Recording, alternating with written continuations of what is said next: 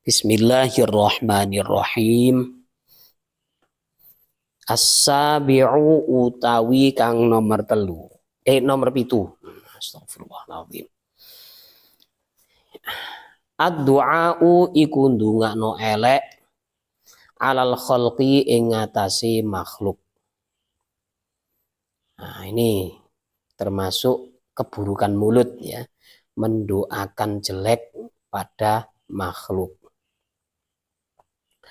Fahfad mongko ngrekso sira lisanaka ing lisan sira anid du'ai saking donga ala ahadin dungakno elek ing ngatasi wong siji min khalqillahi saking makhluke Allah ta'ala halimaha luhur sapa Allah wa idh senajan nganiaya sapa ahad ka ing sira ya.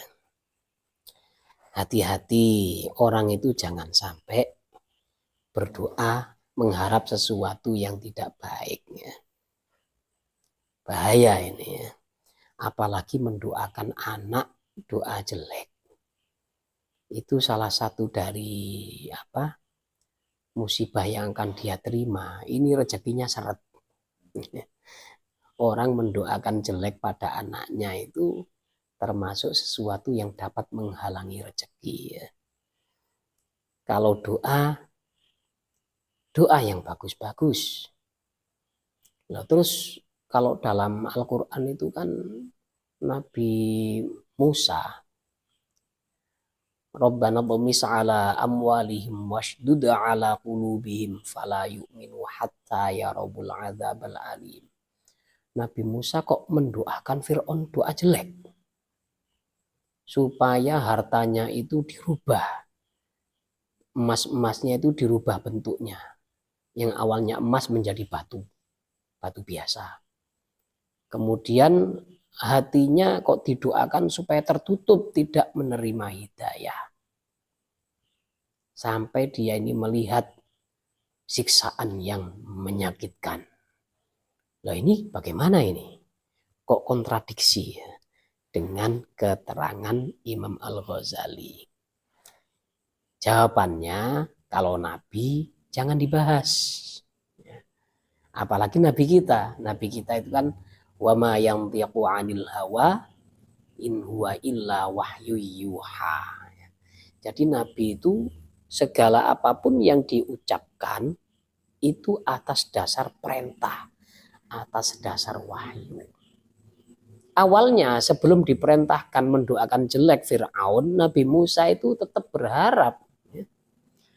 Sabar betul Nabi Musa itu ya. Menghadapi Fir'aun dan para cecunguk-cecunguknya itu sabar. Ketika datang membawa mukjizat, tongkat dirubah menjadi ular. Tertawa Fir'aun. Wah, orang Kipti ya banyak yang bisa di sini. Saya punya tukang sihir, banyak itu, tanding sihir sana. Ternyata kalah semuanya tukang sihirnya, dan bahkan tukang sihirnya masuk Islam, masuk agama Nabi Musa. Kenapa? Tukang sihir itu tahu bahwa tongkatnya Nabi Musa itu memang nyata-nyata berubah menjadi ular. Nyatanya apa? Tongkat dan tali yang dibawa oleh tukang sihir Raja Fir'aun ini hilang semuanya. Lah kalau sihir ketika kalah, tongkatnya itu masih ada, kemudian talinya masih ada, tersisa. Lah ini diembat habis, rakus bener itu ular. ini hakikat ini sudah. Ini memang ular betulan ya, bukan ular-ularan ini, bukan. Akhirnya mereka beriman. Nah, sudah kayak gitu ada bukti yang nyata masih mbaleloin namanya Fir'aun. Akhirnya disalib para tukang sihirnya itu, disalib dengan tangan dan kaki dipotong menyilang. Kalau tangannya yang kanan dipotong, berarti kaki kirinya dipotong. Kalau yang dipotong tangan kiri, maka kaki kanan yang dipotong. Dan disalib seperti itu, disiksa seperti itu. Nabi Musa tetap berharap imannya Fir'aun. Kemudian muncul musibah, ya. Fa'arsalna alaihim tufan. Allah mengirimkan banjir. Banjir ini hanya menggenangi Fir'aun dan kaumnya. Sementara kaumnya Nabi Musa tidak terkena banjir. Padahal rumahnya berdampingan. Tidak kena banjir. Kok iso ya? Kok bisa banjir itu hanya masuk pada rumahnya Kipti, bukan Bani Israel? Nah, ini kan bukti yang nyata. Nah, habis itu ya Fir'aun melas-melas ya datang pada Nabi Musa. Musa, anakku sayang. Karena memang anak angkat. Tolong ini dihilangkan. Sudah saya janji mau iman. Ya. Setelah dihilangkan banjir tufan itu, ya ternyata tidak mau iman. Nah, kemudian dikirim lagi. Farsalna alaihim tufana wal jarod. Wal jarod itu pasukan belalang. Pasukan belalang ini menghabiskan seluruh hasil bumi kaum Kipti. Jadi ladang-ladang gandumnya ini dihancurkan oleh pasukan belalang. Ya melas-melas janji mau iman, ternyata nggak beriman juga. Nah, kemudian dikasih musibah kutu. Orang Jawa bilang tumo. Seluruh orang Kipti itu berkutu semuanya. Sampai rambutnya tidak kelihatan. Bahkan seluruh seluruh anggota badan yang ada rambutnya pasti ada kutunya. Mengerikan. Kita kalau berkutu kan hanya di kepala. Kalau kaum Kipti dan Fir'aun, alisnya juga ada. Kumisnya juga berkutu. Ya gatelnya bukan main. Jenggotnya berkutu. Ketika diserit, dipanen, ternak kutu, dipanen. Nggak ada habisnya. Pasti muncul lagi banyak. Sampai kelihatan kutunya, rambutnya nggak kelihatan. Jadi rambut kutu itu sudah ya. Dan naudzubillah ya, Masya Allah ya. Di area Jember Utara itu juga berkutu. Ya. Di dalam sarung itu, di atas burung itu juga berkutu. Ya melas-melas, digundul pun masih ketika tumbuh rambutnya sedikit sudah ada kutunya. Itu repot. Ya. Melas-melas ya, minta supaya dihilangkan. Setelah dihilangkan, ya begitu, sudah ingkar janji lagi. Sudah diberi kesempatan banyak, akhirnya Allah murka. Sekarang waktunya Musa, waktunya Fir'aun binasa. Silakan kamu berdoa. Berdoa supaya dia ini tidak mau menerima hidayah. Akhirnya doa betulan. Terus Nabi juga, Nabi kita Nabi Muhammad SAW kan memang pernah mendoakan keburukan. Ya. Ada menantunya ini yang menantu dari Nabi ini yang sangat kurang ajar. Kurang ajar kepada Nabi. Siapa? Suaminya Sayyidah Ruqayyah. Sebelum dinikahi oleh Sayyidina Utsman itu kan Nabi ini besanan. Ya. Besanan dengan Abu Lahab. Dengan pamannya sendiri. Nah ini Ruqayyah itu dapat Utbah atau Utaibah. Utaibah itu adiknya. Kalau Utbah ini kakaknya, dapat Utbah itu bin Abi Lahab. Ya. Ketika Nabi dakwah pertama kali, ya, yang paling keras mengolok-olok Nabi kan Abu Lahab. Sampai mengatakan tabban laka ya Muhammad, ya, sampai mengatakan seperti itu. Nah, tabban ini kata-kata umpatan, rusak, ya. Rusak. Yang diarahkan ke tangan. Oh, tanganmu rusak. Ya. Kalau bahasa sekarang itu ya mungkin sebangsa brengsek atau bangsat itu seperti itu. Nah, dengan umpatan Abu Lahab, Allah murka, kemudian turun segel, ya, turun segel hati untuk Abu Lahab, ya, turun surat Al-Lahab yang menyegel hatinya tidak akan menerima iman sampai mati, ya. Tidak akan mampu mendapatkan hidayah sampai mati. Nah itu Nah, setelah muncul turun surat Tabat itu dan istrinya juga dilaknat, Abu Lahab bilang, kalau kamu tidak menceraikan anaknya Muhammad, bukan anakku kamu. Akhirnya diceraikan. Dan reaksinya dari Utbah ini bin Abi Lahab itu frontalnya ini keterlaluan. Nabi sampai sakit hati. Ini sudah keterlaluan ini. Akhirnya berdoa Nabi ya. Berdoa. Lah Nabi doa seperti itu ya memang diperbolehkan oleh Allah. Jadi nggak usah dibahas kalau Nabi.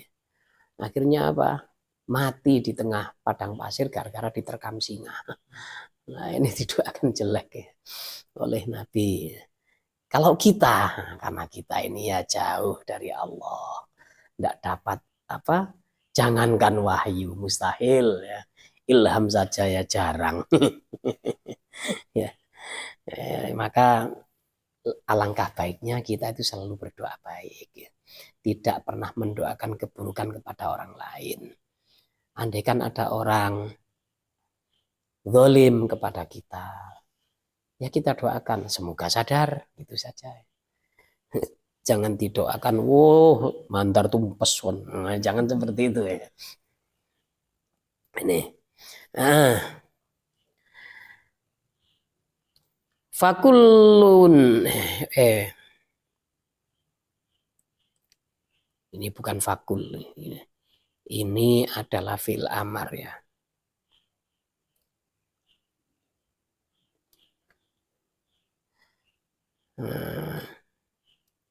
Wakala yuwakilu. Fakul mongko masrahno sapa sira amrohu ing perkarane iki wong ilallahi maring Gusti Allah.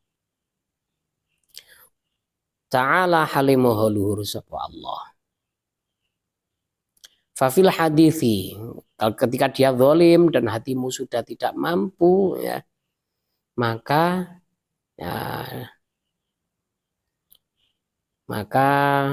serahkan saja urusannya ini pada Allah.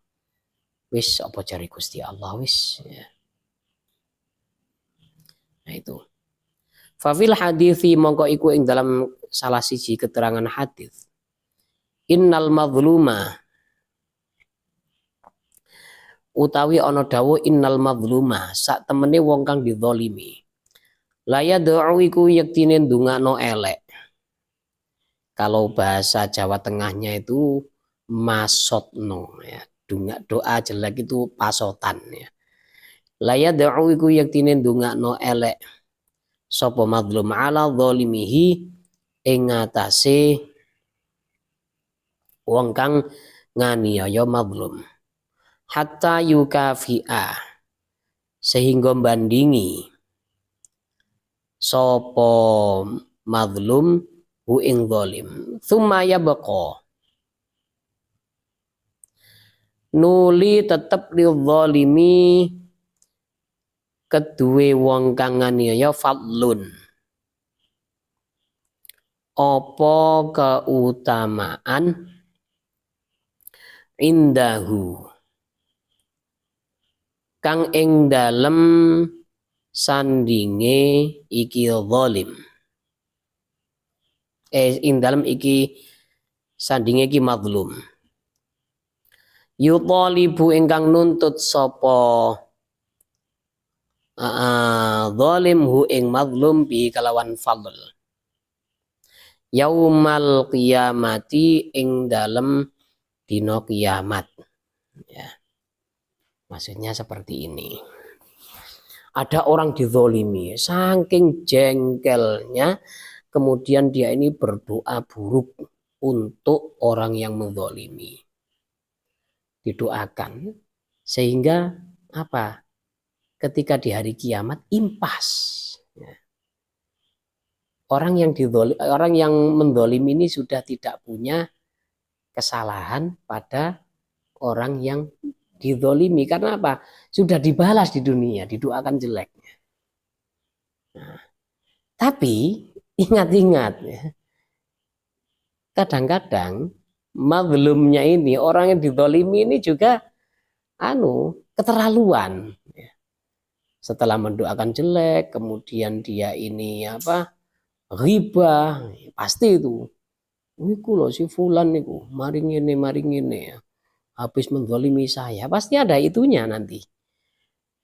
Dan ketika di hari kiamat, mazlum ini tidak bisa nuntut zalim, karena apa? Sudah impas di dunia, sementara si zalim nuntut mazlum. Ayo, kamu dulu ya, menghibah saya dengan satu RT. Sekarang giliran aku nuntut kamu. Seperti hati-hati ya. Wa tawwala lan dawakno ba'dun nasi sapa sebagiane menungso lisanahu ing lisane ba'dun nas alal hajjaji ing ngatasi Hajjaj bin Yusuf Ats-Tsaqafi.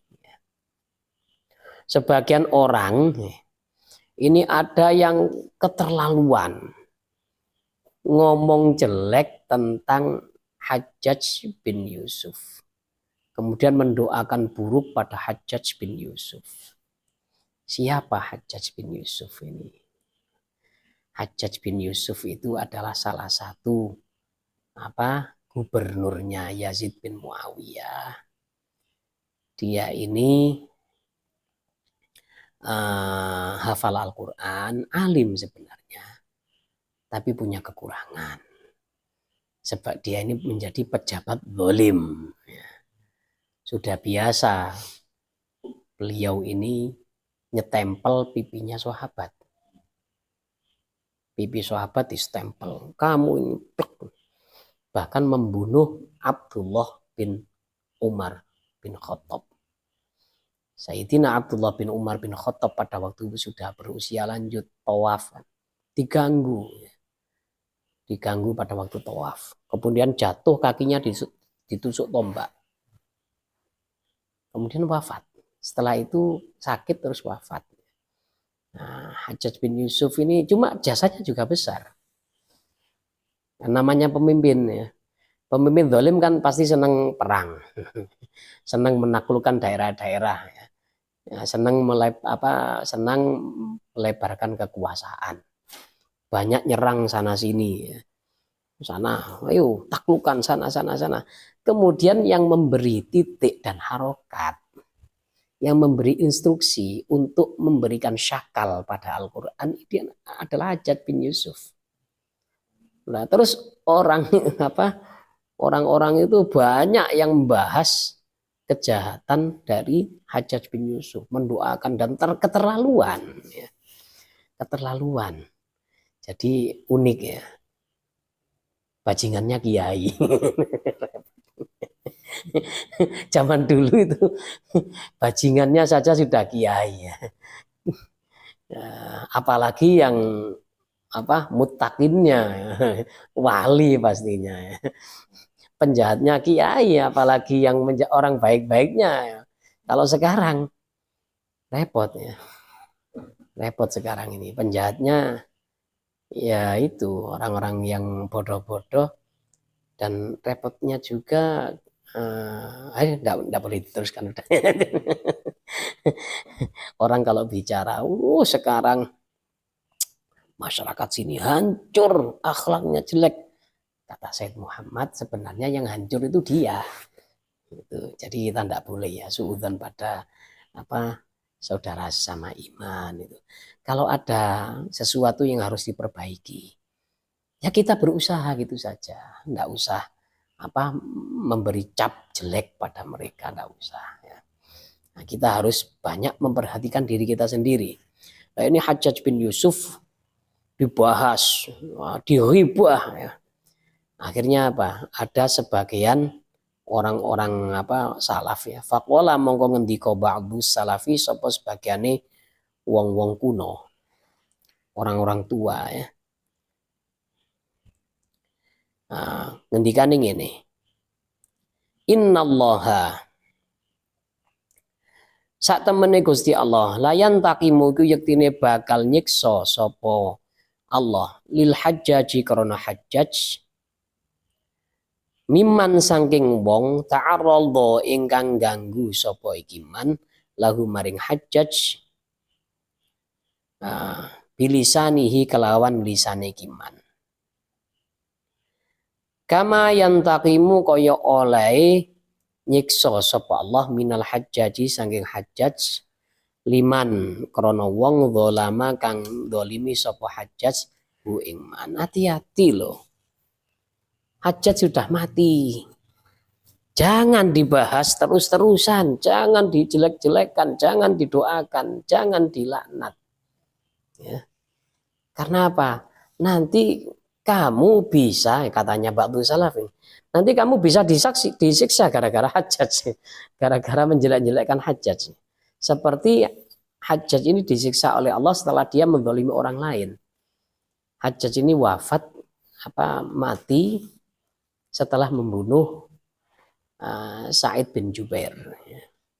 Sa'id bin Jubair ini seorang tabi'in, orang alim, ya, muridnya sahabat, dibunuh.